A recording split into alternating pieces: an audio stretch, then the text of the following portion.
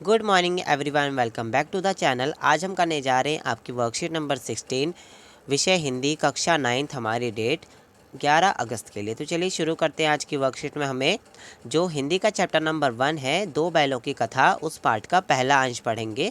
इस जो हमारा ये पाठ है, इसको लिखने वाले हैं प्रेमचंद्र जी। ओके, इस गद्यांश को पढ़कर हमें नीचे दिए गए प्रश्नों के उत्तर देने हैं। तो फटाफट से गद्यांश को हम पढ़ लेते हैं, उसके बाद हम प्रश्नों के उत्तर देंगे। आज की वर्कशीट बहुत ही इजी है। सिर्फ और सिर्फ एक गद्यांश पढ़ के आपको थोड़े बहुत एमसीक्यूज दिए गए हैं और थोड़े आपको प्रश्न दिए गए हैं। तो चलिए शुरू करते हैं। देखिए, जो झूरी काछी के दोनों बैलों के नाम थे हीरा और मोती। ठीक है, दोनों पछाई जाति के थे और दिखने में सुंदर थे, काम में चौकस, डील में ऊंचे और बहुत साथ साथ रहते थे, और दोनों में भाईचारा क्या था, हो गया था। ओके, दोनों आमने सामने साथ बैठकर एक दूसरे से मूक भाषा में विचार विनिमय करते थे।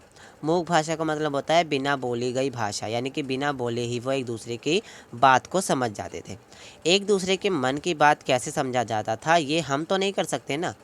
अवश्य ही उनमें कोई ऐसी शक्ति है जिससे क्या है, जिसमें जीवों की श्रेष्ठता का दावा करने वाला मनुष्य भी वंचित है। यानी कि मनुष्य में ऐसी कोई शक्ति नहीं है कि वो बिना किसी की आवाज़ सुने, किसी के मतलब कोई बोल नहीं रहा और वो उसे पता चल जाता है कि वो क्या बोल रहा है, मतलब बिना बोले ही मूक भाषा में वो बोल रहा है और दूसरे व्यक्ति को पता चल गया। ऐसी जो शक्ति है वो मनुष्य क्या है, इस चीज़ से वंचित है, यानी उसके पास नहीं है। दोनों एक दूसरे को चाट कर सूंघ कर अपना प्रेम प्रकट करते थे। ठीक है, जानवर तो यही करते हैं।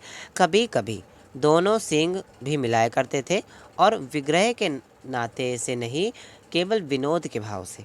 विग्रह का क्या मतलब होता है, यानी कि एक दूसरे से लड़ाई के नाते से नहीं, खाली एक अपनी बात को समझने के लिए। आत्मीयता के भाव से दोनों क्या थे, जैसे दोस्तों में घनिष्ठता होती है वैसे ही घोल गप्पा होने लगाते थे। यानी कि जैसे दोनों दो दोस्त खेला करते थे, आराम से घुमा करते थे, वैसे ही वो दोनों करते थे। ठीक है, ये हमने गद्यांश पढ़ लिया। अब हमें प्रश्नों के उत्तर देने हैं। तो प्रस्तुत गद्यांश के लेखक का नाम क्या है, आपको बताना है। आपके टर्म 1 में एमसीक्यूज बच्चों आने वाले हैं, तो एमसीक्यूज पर ज़्यादा ध्यान दीजिएगा। और बुक खरीद लीजिए आप एनसीईआरटी की। ओके, अगर पहले से कोई बुक है तो उसे भी आप एकदम सही से पढ़िए, बट एनसीईआरटी क्या है, आपके लिए एकदम परफेक्ट है। ओके, सो इसका जो करेक्ट आंसर हो जाएगा हमारा ऑप्शन नंबर 6। ठीक है, यानी कि प्रेमचंद्र जी ने क्या करा था, इस पार्ट को लिखा था। ओके, क्या है कि दोनों बैल किस जाति से संबंधित थे। दोनों बैल किस जाति से संबंधित थे, एक वर्ड का आंसर है बच्चों पछाई जाति। यहाँ पर आप लिख लेंगे। ओके, ज़्यादा बड़े बड़े आंसर होते तो मैं आपके लिए टाइपिंग कर देता, बट इजी है तो आप कर सकते हो इजीली। दोनों अपने प्रेम को कैसे प्रकट करते थे, खाना देकर, रोकर, देखकर नहीं। ऑप्शन नंबर का इसका सही है, चाट कर और सूंघ कर। फिर देखिए, उनके स्वभाव की विशेषता का वर्णन करना है आपको। उनका स्वभाव कैसा था। अब विशेषता का वर्णन करने का मतलब जो यहाँ पर हमने पढ़ा था ना, कि वो दोनों कैसे थे, किस तरीके से उनका स्वभाव था। ठीक है, तो यहाँ से आपको दिखने में ऐसे और मूक भाषा में बात करने वाले, तो यहाँ पर विचार विनिमय करते हैं, ये आप सारा क्या करेंगे, लिख लेंगे।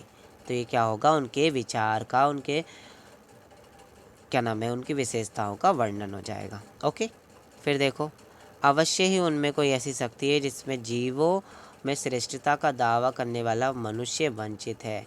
इस पंक्ति को स्पष्ट करना है।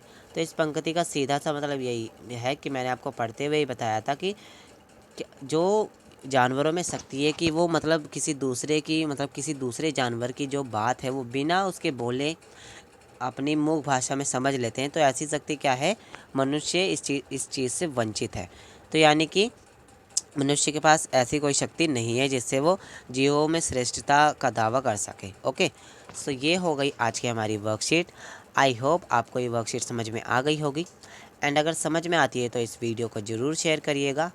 आज के लिए इतना ही बच्चों, thank you, tata, bye bye, have a nice day.